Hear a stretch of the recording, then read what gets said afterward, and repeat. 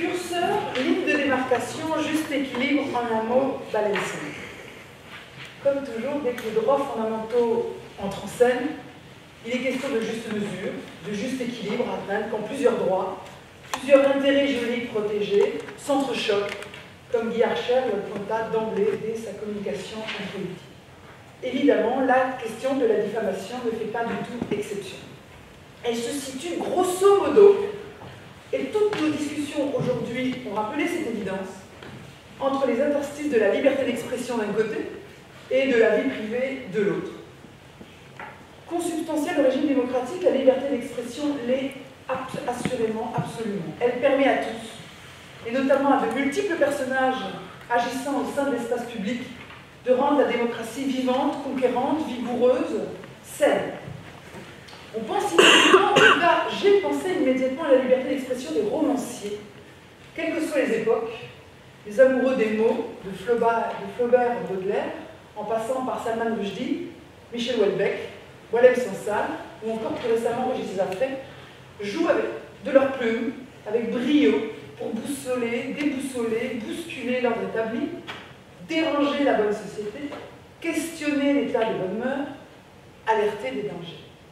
Au-delà du cercle des romanciers impertinents et ou engagés, il y a bien sûr beaucoup plus prosaïquement, et nos débats l'ont montré, la liberté d'expression des hommes et des femmes politiques, mais aussi des syndicalistes, des artistes, des pamphlétaires, des sociétés de presse et de journalistes, des ONG, des professeurs, des étudiants, des internautes, qui au quotidien désirent soit défendre leurs intérêts, soit informer, soit tout simplement professer, soit encore parler. Oui, parler, faire entendre leur voix en faisant partager d'un seul clic, à partir de leur ordinateur, de leur téléphone, leur vue sur le monde. Avec, on ne le sait que trop, les dérives parfois absolument nauséabondes que cela peut engendrer. Alors ce florilège d'individus et d'organisations qui entend s'exprimer ne peut pas tout. Au nom de la création littéraire, au nom de la nécessité d'informer, au nom de la liberté d'enseigner, au nom de la nécessité irrépressible de s'exprimer sur la toile et de divulguer et de répandre des bruits, des rumeurs, si on remonte à l'étymologie latine du mot diffamare. Car voilà, la vie privée entre en scène. Concept flou, indéterminé à dessein, qui a intégré au fil des évolutions sociales la protection de la vie intime, le droit de procréer, le droit de nouer des liens avec ses semblables, le droit de préserver son image, le droit de défendre sa réputation, y compris, on l'a vu, pour des entreprises commerciales et même, de plus en plus, pour des groupes, tels qu'ils soient, ethniques, voire religieux. Mais il y a toujours des exceptions. Et l'exceptionnalisme américain, si je puis dire, s'est manifesté ce matin avec l'intervention de Gwenaël Calves, qui décida de prendre le contrepoint de ce qui est la règle sur le continent européen en décryptant avec brio l'approche américaine. La mise en balance, la Cour suprême l'ignore littéralement et préfère jouer avec la règle de la preuve qui s'applique de façon, nous a-t-elle dit, mécanique. La règle qualifiée comme étant la règle du New York Times s'est donc imposée et s'est répandue de façon très élargie, de façon vertigineuse. Donc d'un côté, la règle, celle de la preuve, États-Unis, versus le standard, le balancing, l'Europe. Et à l'écouter, on se dit, surtout si on a en tête sa conclusion, que nous sommes quand même chanceux, quelque part, d'évoluer dans un monde où la mise en balance prédomine, même avec tous ses défauts, quand on découvre à quel point le bateau a largué les amarres aux États-Unis, pour reprendre sa formule. Ceci dit, cela c'est l'exception. Pour revenir à la mise en balance classique qui existe en Europe, deux questions émergent. Où pose-t-on le curseur? Et le mot est revenu dans beaucoup d'interventions, dont celle de Marie-Christine. Où pose-t-on le curseur et qui va déterminer le curseur? Où poser le curseur afin qu'une société démocratique continue à l'être et que la censure, voire l'autocensure, le fameux chilling effect, qui est l'effet dévastateur le plus saillant d'une stratégie active de procès en diffamation, ne bâillonne point les esprits libres ceux qui usent et abusent du pouvoir des mots afin d'exprimer et défendre, eh bien, par la foi du satire, du roman, du dessin, mais aussi du discours politique, de l'engagement militaire, eh bien, une idée, une opinion, un point de vue qui pourra heurter, choquer ou inquiéter. Ou poser les limites à la liberté d'expression afin qu'elle ne devienne pas le prétexte idéal aussi d'un déversoir violent, d'un déversoir raciste, gratuit, où avec quelques propos, quelques lignes, la réputation, l'honneur d'une personne sont réduits à néant. Et du coup, dans ce contexte, quelle mobilisation de l'article 17 sur l'abus de droit, dans le cadre d'une interrogation soulevée ce matin dans le cadre des débats par un étudiant qui prépare le débat. Vous posez le curseur. Mais qui va le déterminer dans un monde où l'enchevêtrement des systèmes juridiques est à son comble, où la circulation des décisions de justice est un phénomène global, qui brouille les distinctions entre les systèmes juridiques arrimés à un territoire et ceux qui fonctionnent à l'échelon international, quel est le standard qui, in fine, s'impose? Dit encore autrement, les spécificités nationales du droit de la diffamation, très souvent arrimées au droit de la communication, de la presse, l'emportent-elles encore? Et si oui, comment un tel phénomène est-il possible alors que la jurisprudence de la Cour européenne devrait être le standard commun en la matière en Europe? Alors en fait, à ces deux interrogations, somme toute assez élémentaires, où poser le curseur? Et qui doit poser le curseur? Il n'est absolument pas possible de fournir une réponse simple, car le tableau, on l'a vu, est traversé par des lignes de fracture fortes qui rendent particulièrement complexe le paysage juridique de la diffamation en Europe. Et ces lignes de fracture, j'en ai identifié 3, elles ne sont absolument pas révolutionnaires, mais elles permettent assez aisément de dresser le tableau de cette complexité diffamatoire, si je peux dire. Ces 3 lignes de fracture sont 3 mots: le mot, le sujet et la sanction. Quelles sont les 3 thématiques où les lignes de fracture surgissent dès qu'il est question de diffamation? La première ligne de fracture concerne l'appréhension de la diffamation comme telle, le mot diffamation. La diffamation, qu'est-ce que c'est? Que dit le droit sur la diffamation? Dit-il d'ailleurs le droit quelque chose? La deuxième ligne de fracture est relative au sujet de la protection contre la diffamation. Quels sont les sujets? C'est la dîner. Quels sont les sujets de la diffamation? Ou plutôt, les individus sont-ils uniquement les sujets susceptibles d'être diffamés? Et enfin, la troisième ligne de fracture aborde la question très classique de la sanction, très classique, de la sanction de la diffamation. Dis-moi de quelle manière est sanctionnée la diffamation dans ton pays, dans ton système, et je te dirai dans quel type de société, ouverte ou pas, tu évolues. Une société ouverte, une société quelque plus autoritaire. Entre la sanction pénale et la sanction civile, laquelle prévaut en général? Existe-t-il des critères qui permettent de rendre admissible la sanction pénale, dont on sait qu'elle est éminemment dangereuse pour la vigueur démocratique des sociétés? Et si elle existe, cette sanction pénale, est-elle intrinsèquement répressive ou en réalité essentiellement symbolique? Alors, quelques mots, quelques développements sur le mot. Tantôt, la diffamation est explicitement appréhendée par le droit. Tantôt, elle brille par son absence dans les textes de référence. Dit autrement, la diffamation n'est donc pas systématiquement saisie par le droit.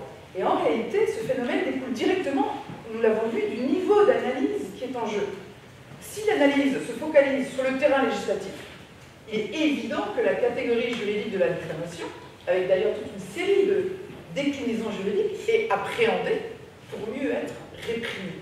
En revanche, dès que l'on raisonne à partir du niveau constitutionnel et conventionnel, encore plus à partir du niveau unional, l'expression n'est pas belle, mais elle est devenue de plus en plus utilisée, et bien les choses changent radicalement.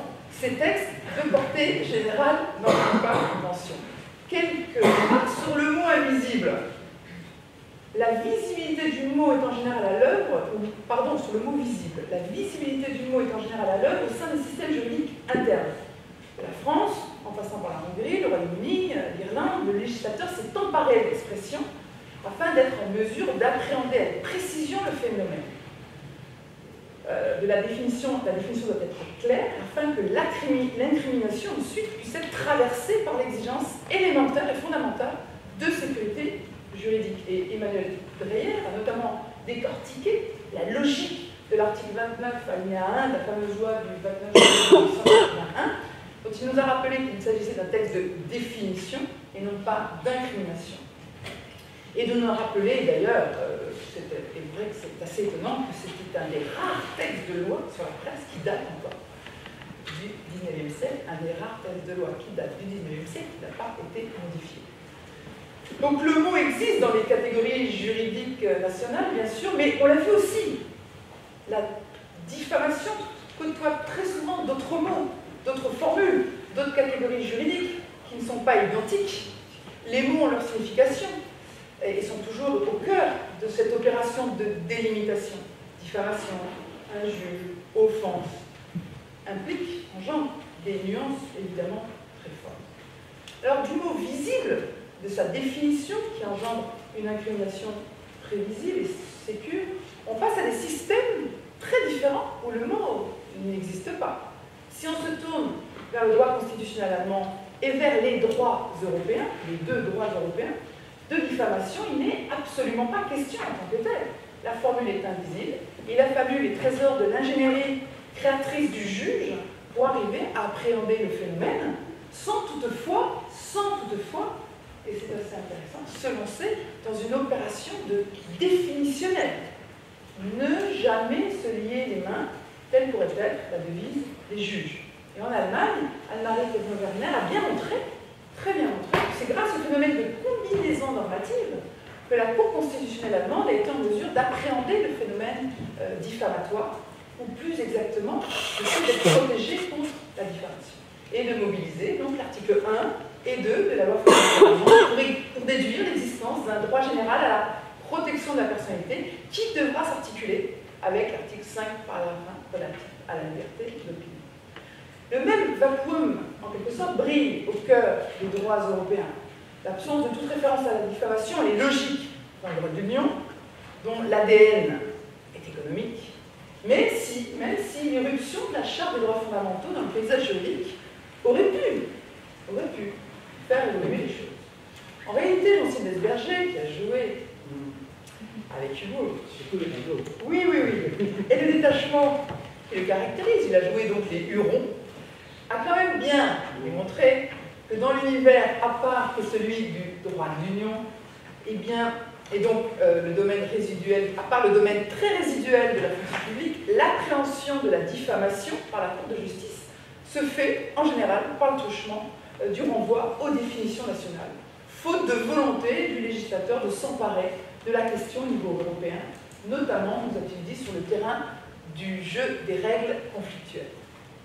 Et quand même, Jean Sylvestre nous a présenté le bouleversement des règles propres au droit international privé en la matière et la charge de la preuve pèse désormais sur le demandeur et non le défendeur. Bref, quant à la donne conventionnelle, on n'aura beau scruter ni la convention, ni ses protocoles, ni la jurisprudence de la Cour européenne des droits de l'homme comme telle, ne se sont engagés dans une approche définitionnelle de la diffamation. Tarlac MacDonald l'a très bien rappelé en nous précisant que tout part de l'article 10 et que dans l'article 10 en tant que tel, la diffamation n'apparaît pas.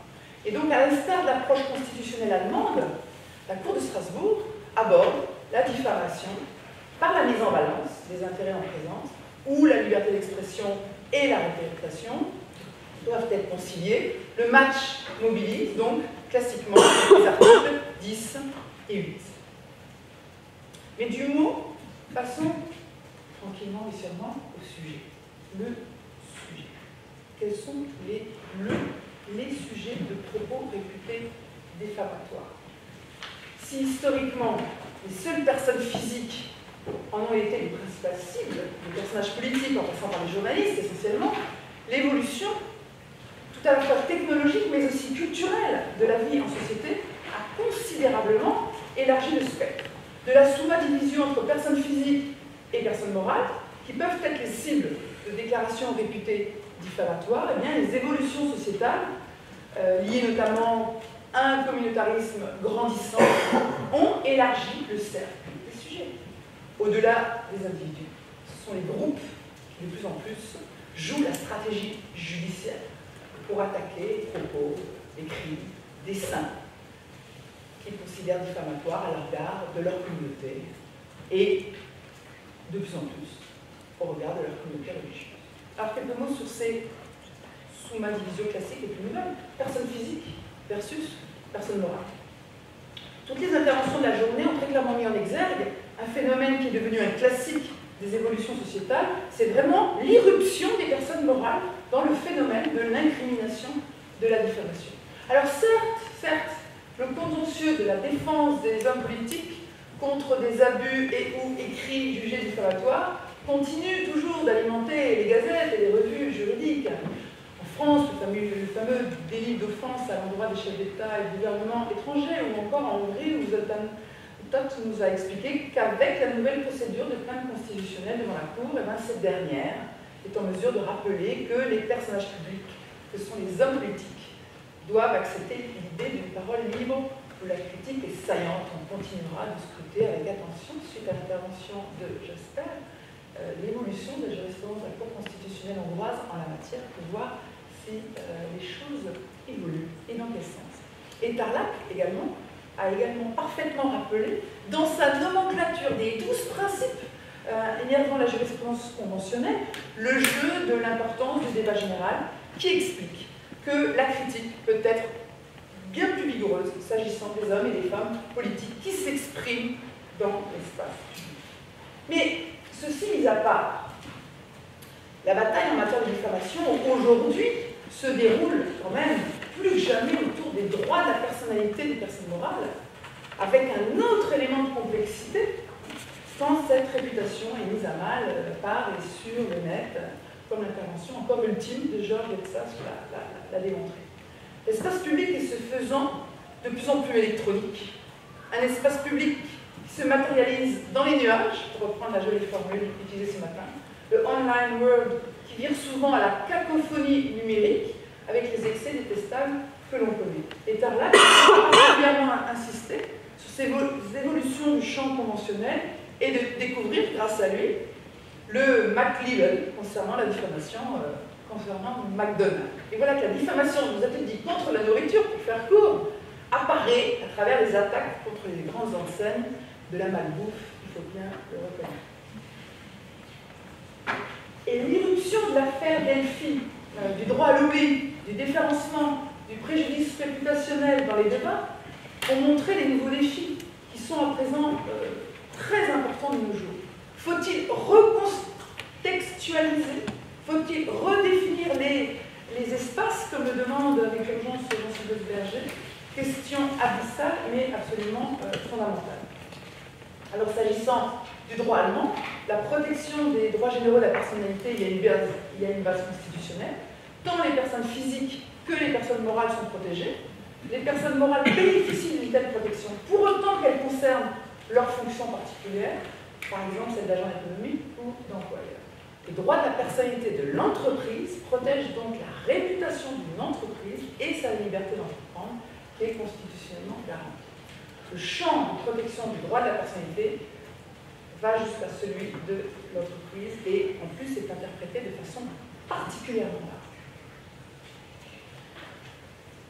Alors, si de telles évolutions sur le distinguo personne physique, personne morale, sur la capacité des personnes morales à détenir des droits fondamentaux posent des questions de principe absolument fascinantes, d'autres évolutions questionnent plus fondamentalement le vivre ensemble au sein de nos sociétés, aux prises, nous le savons, avec des bouleversements culturels absolument majeurs. Et je fais référence ici à l'évolution de ce que nous avons appelé ce matin la diffamation collective, qui montre le déplacement du curseur, du sujet, individu, cible traditionnelle du propos diffamatoire, vers le groupe. C'est la deuxième summa grande division. Après personnes physiques et personnes morales, nous avons cette summa division individu versus groupe. Et la communication introductive de Guy Archer a parfaitement planté le décor en pointant du doigt, grâce à un rappel du match judiciaire qui s'était déroulé outre-Atlantique entre les juges Frankfurter et Black en 1952, il a parfaitement d'emblée mis les pieds dans le plat, en pointant du doigt les dangers de la mise sur un même pied d'égalité entre les atteintes sur la base du critère de ce que l'on appelle communément la race et celles relatives à la religion. Autrement dit, selon lui, il faut bien séparer ce qui serait le bon grain, la critique impertinente de la religion et des conceptions de la vie bonne en général, et l'ivré, c'est-à-dire le discours raciste. Et on a découvert que ce match américain, eh bien, se joue désormais sur les terres européennes. Et Emmanuel Brière, et ça a été rappelé plusieurs fois, nous a expliqué qu'il a fallu plusieurs interventions du législateur pour permettre la prise en compte des personnes visées à raison de leur origine ou de leur religion, mais aussi de leur sexe, de leur orientation sexuelle, de leur identité ou de leur... Et Anne-Marie aussi, nous a également expliqué la manière avec laquelle la Cour constitutionnelle allemande a admis l'idée de la diffamation collective. Fort heureusement, on nous a dit, sa mise en œuvre reste très limitée, sa protection demeure résiduelle, grâce notamment ici à l'éruption, la mobilisation de la proportionnalité. Mais on pourrait se demander de façon quelque peu provocatrice, jusqu'à quand? Jusqu'à quand? Notamment quand les religions sont en cause, et nous savons qu'elles le sont de plus en plus. La laïcisation, la sécularisation de l'espace public, apparemment, n'est plus, y compris en Europe. Et tous les messages se brouillent. Dans ce contexte, comment expliquer une libre critique des religions, quelle qu'elle soit, sans être considérée comme antisémite, islamophobe, christianophobe, quand le discours critique à l'égard d'une religion est assimilé à un discours raciste à l'égard des croyants de ces dernières. L'équation ici entre liberté d'expression et diffamation devient très complexe, devient éminemment délicate, techniquement, bien évidemment, mais aussi, on l'a bien compris, politiquement. À une époque où on ne sait que trop, une immense bataille juridico-culturelle s'est mise en place depuis les années 90 au sein des organisations de la famille des Nations Unies et où, effectivement, le concept de la diffamation des religions a fait florès, orchestré par la conférence islamique. Alors, de multiples exemples nous montrent les effets dévastateurs de ce déplacement du curseur de l'individu diffamé vers le groupe, qui se caractérise soit par sa religion, soit par son orientation sexuelle, soit par son sexe, soit par son handicap, etc., etc. Une police du verbe s'installe subrepticement et grâce au mégaphone vraiment des réseaux sociaux, elle imprègne les esprits, elle met à mal la liberté de parole, elle met à mal la caricature, elle met à mal la satire propre aux démocraties libérales, aujourd'hui, notamment en Europe. Et les effets sont dévastateurs. Atrophie de la plume, disparition de la caricature, inhibition, chilling effect, stratégie d'évitement. En un mot, l'autocensure est à l'œuvre de peur de heurter, choquer, inquiéter les multiples membres de communautés qui se sont tirés, insultés et diffamés. Et qui, bien sûr, n'hésitent plus à activer la carte judiciaire. Et après le mot et le sujet, il y a la sanction. Impossible de mentionner la diffamation sans s'arrimer à la question classique de sa sanction, plus précisément de la nature de sa sanction, pour propos diffamatoires. Nature pénale ou nature civile? Si ce distinguo classique est logiquement présent dès que la diffamation est en jeu, on découvre également l'histoire à Georges.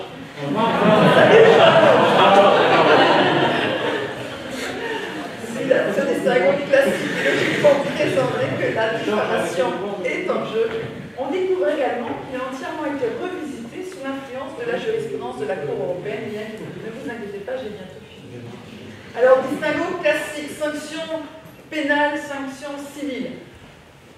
La question classique de la sanction pénale versus la sanction civile a vraiment irrigué toutes nos interventions. Toutes. Emmanuel Brière nous a rappelé qu'en droit français, l'infraction pénale et la fraude civile cohabitent.